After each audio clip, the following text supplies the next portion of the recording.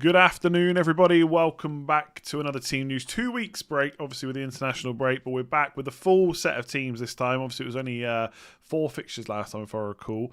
Interesting week. How has your international break been, Neil? It was lovely. Yeah, I had a week off from work, so I did feel a benefit when I came back. I was raring to go, and you do need, I think, time to step away from football. I'm not one of those people who seeks to fill every waking hour of my day with some form of fantasy game or another. I know in the summer sometimes some people play like fantasy Formula One I've seen, and fantasy Tour de France and things like that. But I'm pleased of the bit of respite of the international break. But I'm ready to go now, which is a good job because I've had a very busy Friday with 14 press conferences to get through. Yeah, we'll get on to it. Just I once played fantasy cricket, but it was the Ashes, so you're only picking between two teams. Yeah.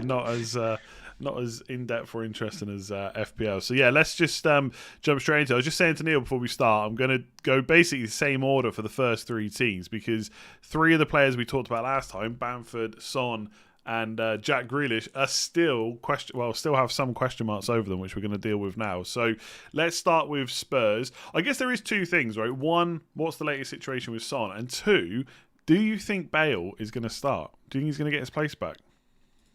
I'll deal with the easy one first, and that is Son, because Mourinho's been very helpful. And he said that Son will be selected. He didn't even just say he was in contention or is under consideration. He said he was going to be selected. He's trained fully for the first time this morning. Yesterday was partial exercises, and last week he wasn't able to train at all. I think this is more Mourinho just trying to cover his tracks and explain away that Son couldn't possibly have represented career over the international break. But he's gonna feature this weekend, which is good. So you'll see the flag coming off him very shortly, if not already. The other injury news, just while I stole you on Bale, Reguilon is fine. He's ready according to Mourinho, but the two other fullbacks, Doherty and Davies, are both out. So it could be Reguilon and Tanganga again playing at fullback. So yeah, Bale, the big question. Just because you mentioned Reguilon there, good news that he's back. What kind of injury was it for Davis? Is it just like possibly a short-term one, or? Well, I saw his national boss, Page, who's obviously caretaker for Giggs, saying it was a significant injury. So we haven't had much of it. I've not seen much of a definite prognosis since then. But obviously, if he's calling it significant, I think he then backtracked a little bit and said he would be fine for the Euros. But still, oh wow, okay, I mean, that would be great if if anyone's looking at Reguilon for the double and the good fixtures around that. If we had one less fullback to worry about. And two, of course, because Tanganga has played on the left, I'm pretty sure before.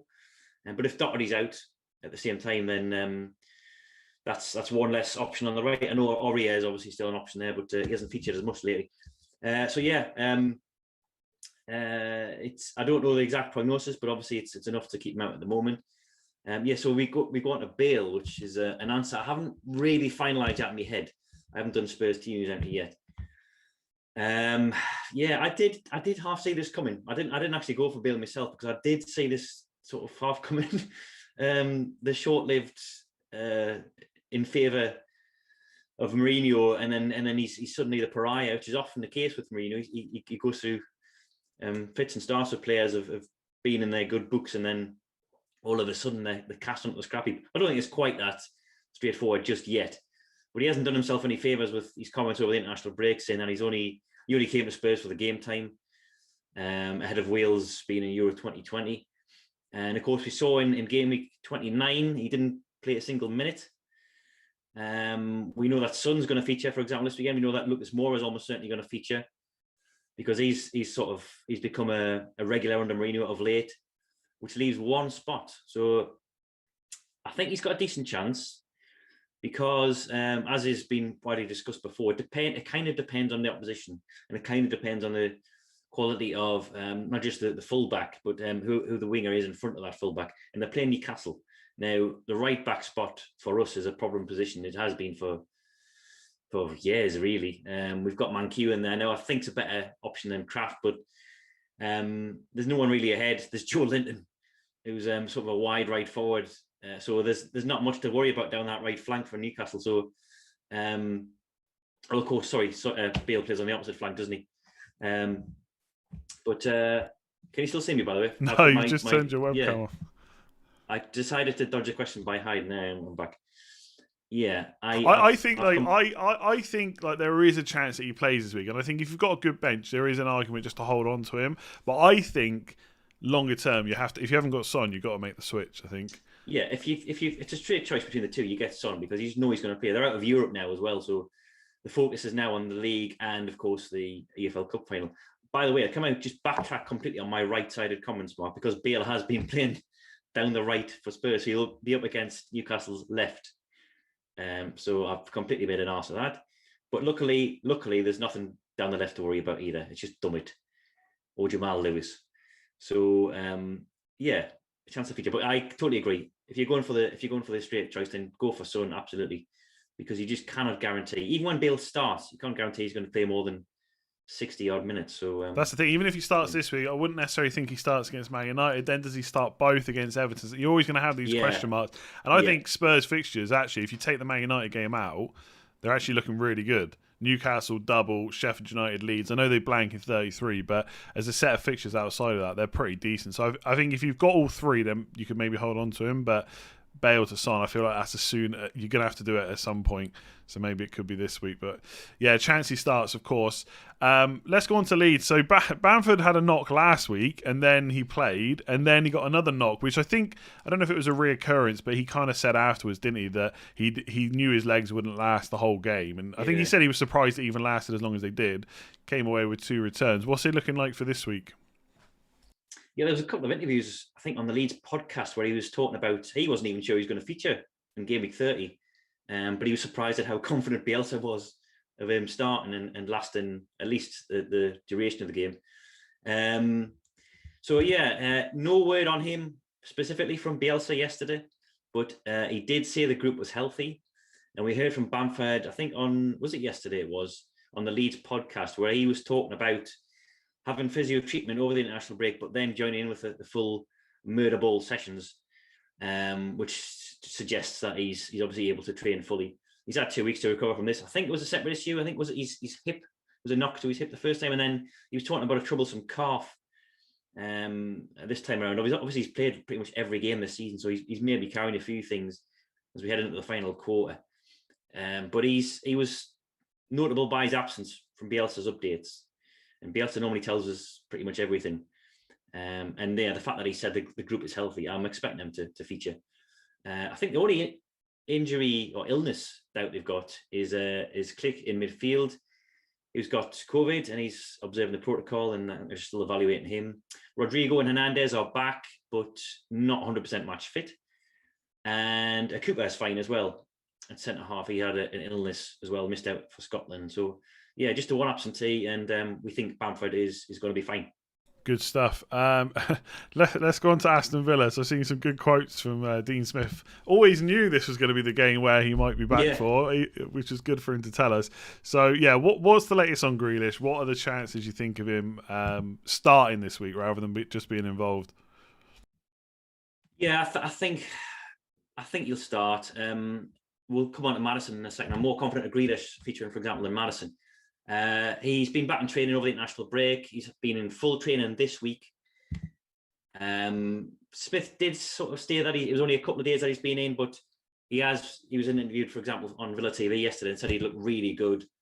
And he said after Gameweek 30 that the rest of his team was always waiting for him to be fit again. So I do think if there's any chance, even if he's not 100%, any chance of him being back involved, they're going to shove him straight back in because they've just floundered without him. I know the sort of form predated his absence, but they're just not scoring, not creating anything. Watkins hasn't had a big chance since Grealish got injured, so I think he'll be straight back in. The only other doubts they've got, I think that's just it. I think Wesley's back. He's playing for the under-23s, I think, as we speak. And I think Courtney House is back as well, back in full training. So I don't think they've got anybody outstanding injured.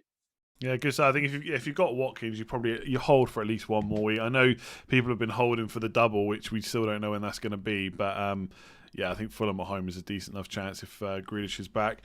Let's go. Well, let's just go to Leicester, considering you mentioned them anyway. Talking about Maddison, obviously Pereira was flagged. Harvey Barnes is still out as well. What's the latest on those three? Yeah, so Barnes is still out. Roger says he's still got a way to go. A little way to go. It's not just the recovery from the surgery; it's then getting back into training and then doing team training after individual rehab. Under still out as well, and I think obviously James Justin's a long-term one, but it's positive elsewhere. Maddison and Pereira both available, so they're back in the squad, and I'm sure they'll be involved this weekend in some capacity. And it is what that capacity is. Pereira, you think, will come straight back in because it's a shorter-term absence. Maddison, I guess there's more competition for his place. Now, you think Maddison's just a shoo-in to come straight back in, and ordinarily that probably is the case, but he's been out for 6 weeks, and we saw earlier on this season, game weeks 1 to 5, I think, Maddison used heavily off the bench after returning from injury. I know it's slightly different. It was a slightly longer period out, but they have got options there, and the fact that Perez is playing quite well in behind that Iheanacho Vardy front two, there is an element of doubt about whether Maddison comes straight back in. He might be reintroduced a bit more gradually, but obviously I think most folk are kind of more interested from, is it game week 32 onwards, or West Brom in 32, I think. Yeah, when their fixtures turn. So this is I don't think many people's going to be getting him in for the Man City game. So this is a decent audition the next couple of weeks to see how fit he is, firstly, and then if he's going to be sort of thrust straight back in that team, and in what system. Because at the moment there is a space for Maddison and Iheanacho and Vardy. They're playing this sort of 3-4-1-2 with Perez playing just behind. So that's tailor-made for Maddison, really. It's just whether or not Rodgers throws him straight back in against Man City as well, where you're going to need your legs to hare after the ball. So maybe I doubt whether he comes straight back in the starting 11, but he's back in the squad anyway, and he'll definitely be involved in game week 30. Yeah, I think that's important as well. Like, if you go onto the team news tab on fantasyfootballscout.co.uk, you can see the formations. Obviously, it's not all updated for next week necessarily, but not yet anyway. But Leicester, Perez going out and Maddison in the next couple of weeks. So that would just, because that formation's been working so well. Iheanacho's I think he's got 9 returns in the last 6 games, which is ridiculous. And a lot of people are looking at him. And I think the big worry was when Maddison and Barnes come back, do they switch back to the regular formation? But if Barnes is going to be a little while, potentially even, I wouldn't say for the whole rest of the season, but for a large chunk of it, it could be good news for Iheanacho, for anyone that's looking at him. I'm sure wildcarders next week, for example, will be looking at that. So, important news, that one. Let's go back up to Chelsea. So Thiago Silva, he's been out for a while now, hasn't he? I feel like weeks we've been talking about him. Didn't he come back and then he went again? That's right. And he's still out, right? No, he's back. Oh, okay. Back. Kante's I've literally got the thing on screen and I've read it incorrectly. It's a good job you're here. I'm listening. Kante's the only absentee, so it's not just Thiago is back, but 3 players who were doubts or flagged over the international break. Jorginho, who missed out for Italy. Abraham, who's got this niggling ankle issue. And who's the third one again? I'll come back to you on that. But anyway, Thiago's back. Which is annoying if you're investing in Chelsea's defence, because Tuchel said this afternoon pretty much that he's going to change things around. He's going to have rotation, even at centre back. That is traditionally one of his more settled areas. We've seen Azpilicueta start every league game. Rudiger's only missed out once, and Thiago had been a regular start until he got injured. But Christensen's come in and done really well, and Zuma has played the odd game as well. So there's a lot of competition there at centre half. We even saw Emerson play there in the FA Cup to just further complicate matters. But he's back. So it's just Kante who's out, and Kante is not only out for this, he's probably going to miss Porto in midweek, and there was talk of him coming back for the second leg against Porto. So that might also mean he's out for game week 31. Let me just stall you a second while I try and figure out who the third person who has got. Oh, Hudson-Odoi. There you go. Hudson-Odoi. He had a shoulder problem. He came back from England under 21 duty, but apparently Chelsea's got a fully fit squad other than Kante. So we're assuming, even though they weren't mentioned by name by the manager, that they're all fine. And Chelsea's website actually does list them individually, so should be all good. Yeah, that Thiago Silva news is not good because there's hardly, if Azpilicueta is not going to continue to not miss out, then there isn't many space. Like, I've got Rudiger. I'm sure Christensen will keep playing because he's done well. So yeah, I think if you bring a Chelsea defender and you've got to expect a bit of rotation, probably just pay for Azpilicueta at this point if you've got the money and you don't want to take the punt on Alonso, or just get Mendy. But even he's missed a game, hasn't he? So it's the double up could be great, or it could be disappointing. Let's see how it works out over the next few weeks. Let's go to Liverpool next. So Jota I saw very good over the international break, playing for Portugal, but it looks like not necessarily his only competition because they can play 4 attackers, but Firmino's back. Is that right? Because he's been out for a few games, right? Yeah, he's the only one who's back for Liverpool from that injured contingent. So obviously the longer term ones we're not expecting back anyway, like the Van Dijk and Gomez, Matip. But Kelleher and Origi are still out as well. And Firmino's back. Yeah, he's been sighted on the training ground over the international break. Just a minor knee problem. He's missed, I think, 3 competitive matches, but he's back involved. So yeah, it's competition, and there is a risk. I mean, Liverpool's got a Champions League game coming up on Tuesday. So will Klopp have one eye on that? He's bound to, even though he might profess to not doing that. And of course, Jota's had 2 successive starts this week already for Portugal, whereas Firmino, whilst obviously Jota's the man in form, Firmino's had a breather. He's traditionally, I think, quite good against Arsenal. And as I said, there's that Tuesday night game in Madrid as well coming up. So there is obviously some element of risk involved rotation-wise, but obviously for the price you're paying for Jota, then you kind of expect that. And he is, as I say, he's looked the better of the, not just Firmino, but the front 3 overall of late. So you think you start off more matches than not in the running. We'll see how much priority Klopp gives Champions League in the coming weeks, because again, they've got some decent fixtures in the running. So yeah, I think just nothing new to report in terms of injuries. I don't think there's any fresh ones, not that I've heard about anyway.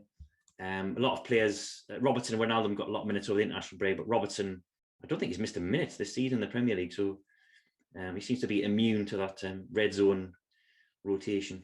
I've just jinxed it now. But yeah, no, you probably have. Yeah, I think it'd be really good from an FPL point of view for Liverpool, Man City, and Chelsea to all get knocked out. To be honest, I feel like for the Europa League, sometimes like teams will prioritize that because they feel like they can win it because it's maybe a little bit easier than obviously winning the Champions League.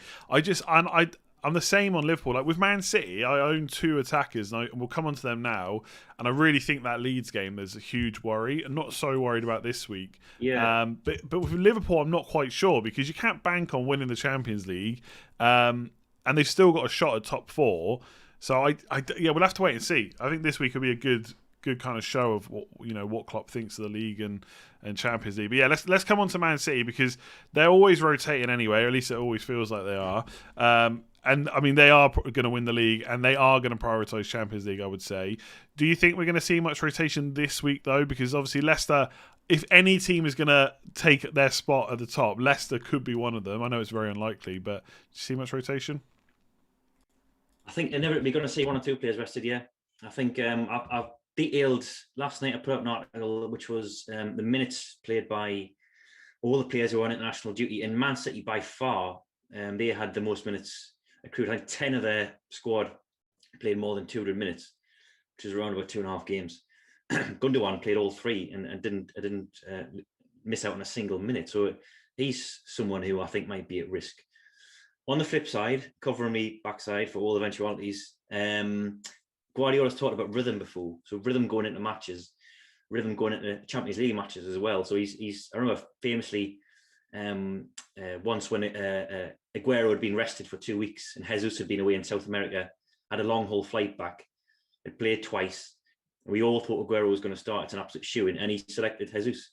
And his reasoning for that was that we need rhythm going into matches, going into the Champions League game. So, or going into any competitive match. So there's no a rest. There's no guarantee of a start, and being flogged over the international break is no guarantees of a breather. But there will be inevitably someone who's going to miss out. They've got a fully fit squad, I think. I'm pretty sure. the good news for like De Bruyne. De Bruyne was benched in midweek against for Belgium's last game, so I think he's going to play, and he tends to start more Premier League games than not anyway. Diaz, like a bit like Robertson's been kind of immune to that rotation. Stones is maybe a worry because Stones tends not to start 2 games in a row in a week, when they're sort of Saturday, Wednesday games. And Stones played for England on Wednesday, and then of course Man City's playing Saturday against Leicester, so that's quite a quick turnaround. So he'd be a concern, I think. But yeah, I could go through each player and tell you the risks and whys and whatnots. But I'll obviously have a predicted lineup up later on today. But you're just going to see this from now until the end of the season. I probably agree with you that the Leeds game's the worry because it falls right in the middle of the two quarters. It's unless just City rack up, such a big lead in the first leg. But yeah, it's basically it's just the rhythm thing. That's all I thought was they haven't played as a team for 2 weeks. So therefore, maybe most of the first teamers play. I mean, as first team as you can get, right? In Pep. I've just looked, like this is his 5th season at Man City, and I'm still sat here trying to guess what he's going to play every week. But yeah, in my head, the narrative I've written myself is that most of them play this week, then they play Dortmund, then we'll see what the score is, and then we'll think about Leeds. But then I feel like Bielsa's one of those managers he'd really want to get one over on. Like, I just feel like he definitely would. So it's impossible to call. We'll have this same discussion next week, and we'll still won't have figured it out. Let's go on to West Ham. How are they looking? I think everyone's fine. Everyone of note. Bonham and Yarmolenko are still out. There wasn't an update on Fornells, I don't think. Again, this is one I haven't seen all the way through, and there'll be some stuff that will come out later on the day. Something's Moyes is a bit coy with these team news. So Fornells was flagged. Randolph was flagged. I don't know about him, but he's obviously backup goalkeeper. Which leaves, I think, Masuaku, who's a kind of half interesting one. He was I wouldn't say a semi-popular FPL option, but he was differential material when he was playing at wing back. Of course, he's been out. He's featured for the under-23s, the reserves over the international break, and he's going to be in contention for the Monday game. So that'll be interesting to watch, to see how Moyes, if he does reintegrate him back into the team, and whether they go back to a wing-back system or the Cresswell's a centre-half again. So that's obviously something to watch medium term, but nothing reported of note from Moyes on the likes of sort of Lingard or Antonio. So we're assuming they're fine. He did say that they've got a few knocks and bruises, but he said there's nothing major. Good stuff. Let's go to Man United. So Rashford, I don't think he played. I think there wasn't any England squad at all, was he? Because he had that knock. Was he in the squad? Did he get brought out? He went. Yeah, he went. He didn't play, did a single minute. Yeah, okay. He didn't feature a single minute, and then he just came home. So he's him and Greenwood look the closest ones to a return. They've both trained, and Solskjaer said if they come through the final sessions, then they'll be in contention and they'll feature. The more bigger doubts are, I think, Martial and Lindelof. Both of them picked up injuries over the international break with their respective countries, and they haven't trained as of this morning. So they're obviously bigger doubts for the weekend. But Cavani's back now. He was back in the FA Cup match, and Pogba's obviously back as well. He featured before the international break, and then heavily for France during it. So I think it's just Martial and Lindelof are the significant doubts. There was a bit of talk on De Gea and Henderson as well about who we prefer, and surprise, Solskjaer given absolutely nothing away as to who his choice was, saying that both will feature at some point. So yeah, my guess is as good as yours. Yeah, my gut feeling is De Gea gets his place back. It's only been 3 league games for Henderson, but he hasn't really done anything wrong, like I said to you before we came on air. So don't know. Can't really help for anyone. I don't think anyone's going for De Gea or Henderson anyway. So we're probably okay in that regard. Let's move on to Everton. What's the status there? Yeah, quite a lot to report. James and Robin Olsen, both of whom had been deflagged anyway because Ancelotti had previously confirmed this. They're both fit and available. Pickford's still out. So he's got, I think, this abdominal problem, which Ancelotti did say he'll be back after the March international break, but I guess that could mean at any point after the international break. He's still out, and I think he's going to return to training next week, they anticipate. Gabamin's back, the lesser spotted Gabamin, who's obviously a defensive midfielder. Not an option in FPL, but someone who could maybe make a difference in terms of clean sheet prospects.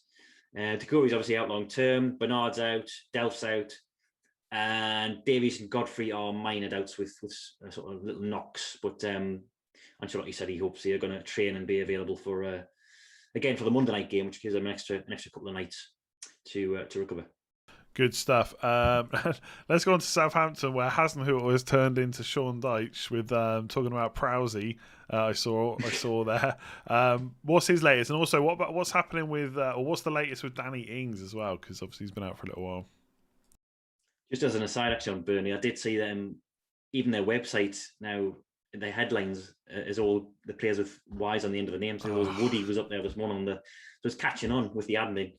But yeah, back to Southampton. Ings and Walcott have trained for over a week.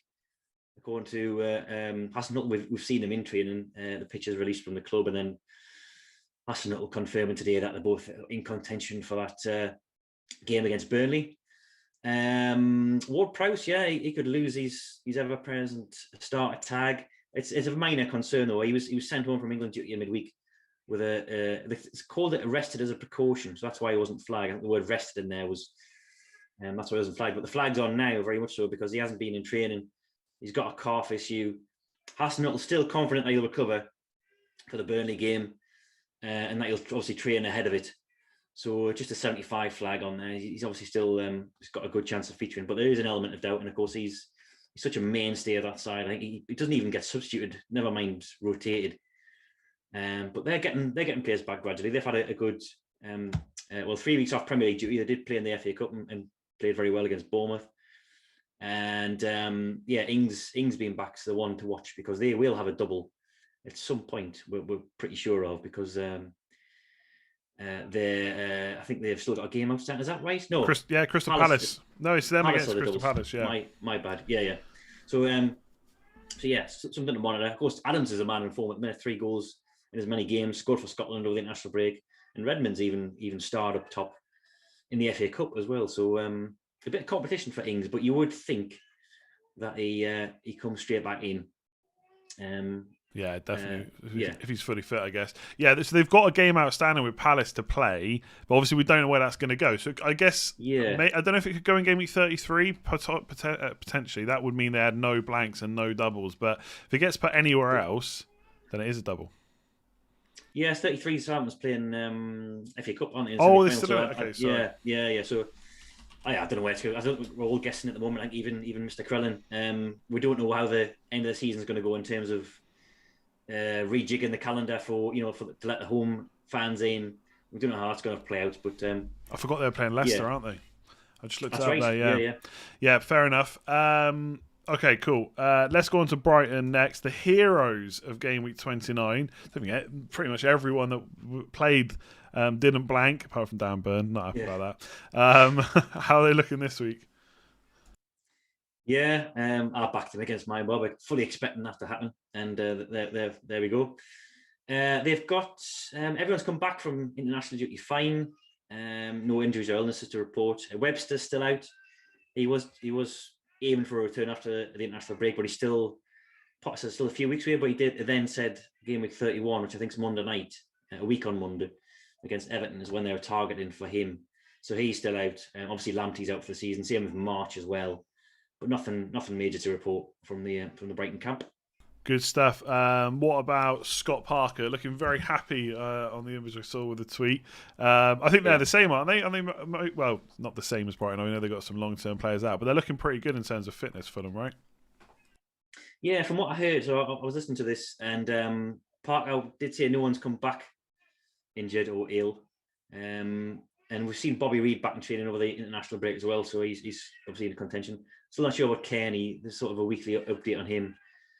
I don't know if he's even going to feature again this season. I think Parker was unsure of that himself, last I heard. But yeah, pretty quiet. Mitrovic, of course, was in good form and for Serbia, and there was a lot of talk about him and what he has to do to get back in the team. But he still uses an impact sub for now. He must be getting closer to a start, because since he scored those 2 goals, Josh Maja hasn't done much in terms of finding the net. So must be edging ever closer to it.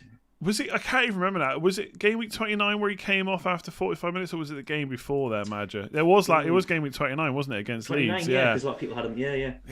If I had free hit, I would have considered him. So yeah, maybe Mitrovic will be back in soon. One to monitor. Okay, let's go to relegation candidates alongside Fulham, Newcastle. How are their boys looking? Got any like St. Maximin, Callum Wilson going to be back soon? I'm not even going to protest that we're relegation candidates. I'm fully expecting us to go down now. Yeah, that is one positive actually, in that we have had the front three missing for quite a little while. You take your front three out of any club, you're going to suffer. So Almiron came back in game week 29. It wasn't fit, but I think played 70 minutes, so he's fully fit now. St. Maximum's back on the training ground, and he's got a chance, according to Bruce, of featuring in some capacity, whether that's off the bench or from the start. Wilson, who I think we thought would be closer than St. Maximum, doesn't look like he's going to feature. Bruce was talking more about the Burnley game in 31 as being the game that he'll be targeting for a comeback, which maybe makes sense because that is a relegation 6-pointer for us. Probably the more winnable of the two games. We've got Spurs this time, and then I know Spurs aren't in any great form, but Burnley's is a crucial game. So if you've got all three of Almiron, St. Maximum, and Wilson back for that one, then stand a bit of a chance. But yeah, they're the updates on that three. Hayden's out for the season. That's a big blow for us as well. He's a sort of defensive midfielder, so we're going to need to replace him.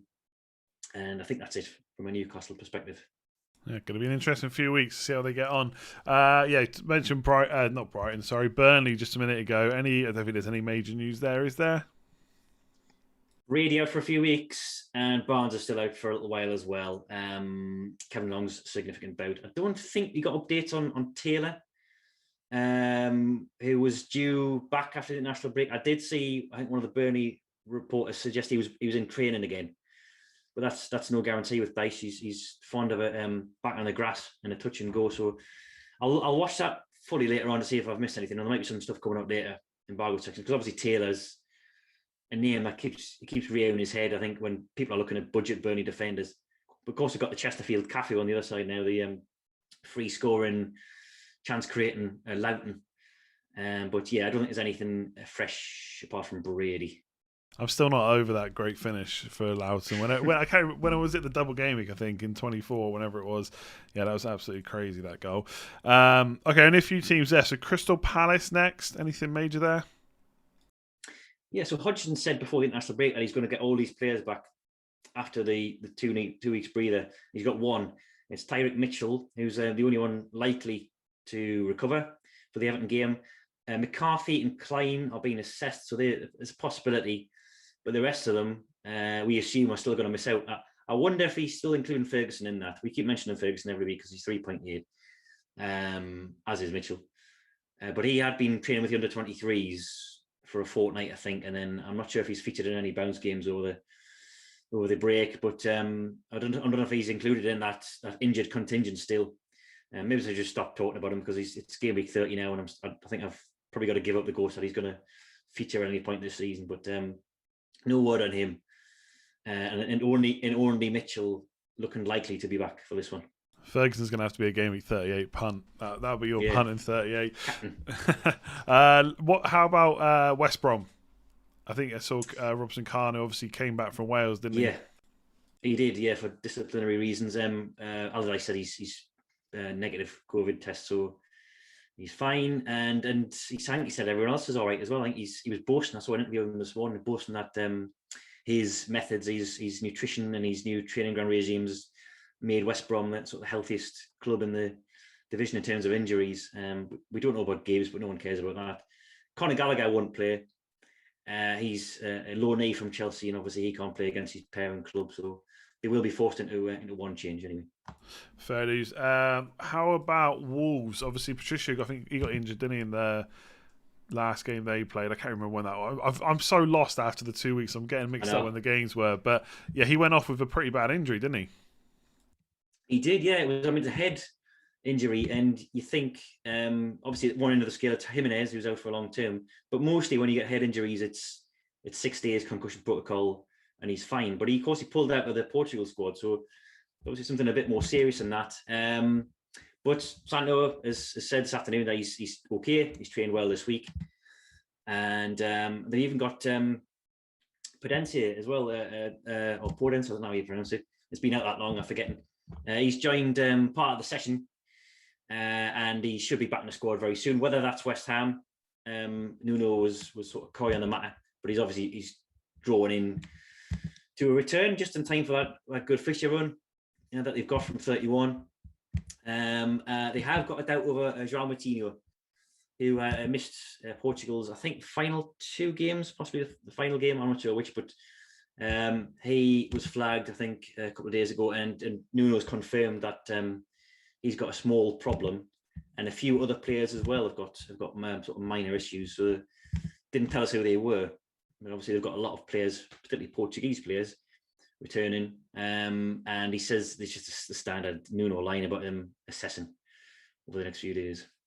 Fair dues. I guess they are going to start to come into our consideration as well, because the fixtures are pretty strong. So, yeah, it'd be interesting to see who has those knocks. We've got 2 teams left, Arsenal and Sheffield United. Have we heard from either of those? We did. I think these were both yesterday. I think these are the first two up. So Arsenal, we still wait a medical bulletin. I don't think that's come through yet. I will check that.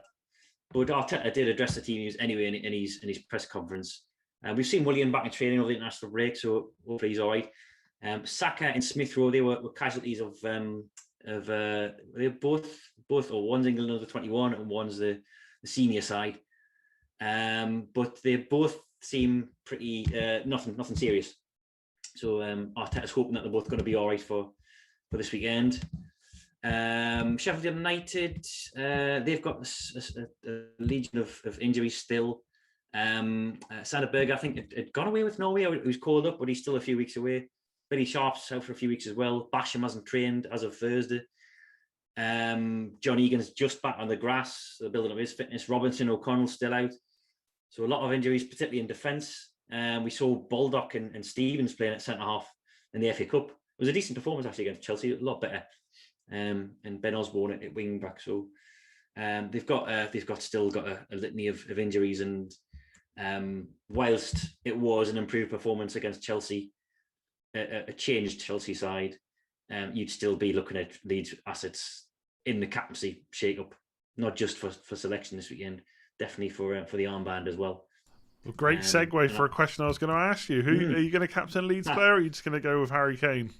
Well, I'm much of your mindset, and you were talking to me this morning about the scout picks, and I've got to block out this noise. I've got to find a way of just blocking everyone on Twitter during this period, because I was set on Kane, and then I see Paul put up a stat yesterday about Rafinha's returns or his stats since he made his first start. Mark was talking about him last night on Black Box, and I can feel myself just gravitating towards Leeds. I think if I wasn't so pessimistic about Newcastle, then I'd be definitely all about Rafinha. I think I'd go for Rafinha over Bamford, because there's still obviously that concern about whether Bamford's 100%, and he may get an early substitution or something. But Rafinha's looked so electric, and he's been so unlucky as well not to get more returns lately.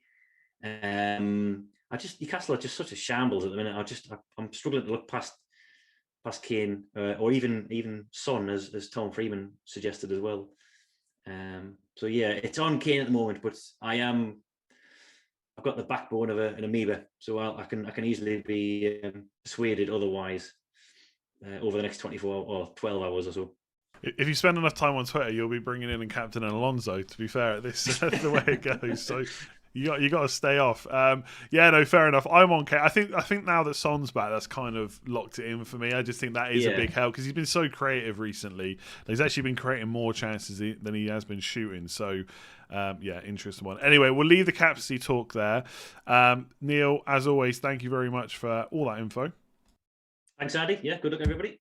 Don't forget to follow us on Twitter, FF Scout. Obviously, any more team news we get, the deadline's not till tomorrow, so there is a chance that maybe you get some embargoed stuff tonight. We'll have to just hope, really. Anything else we get will be out on the Twitter account. Then also be the team news article. There's the team news tab on the website as well, so you can check all that out. There's links to all that in the description below. Do hit that like button on the video, hit subscribe as well, and we will be back same time-ish next week for a Friday deadline. So thanks very much for watching, and we'll see you soon.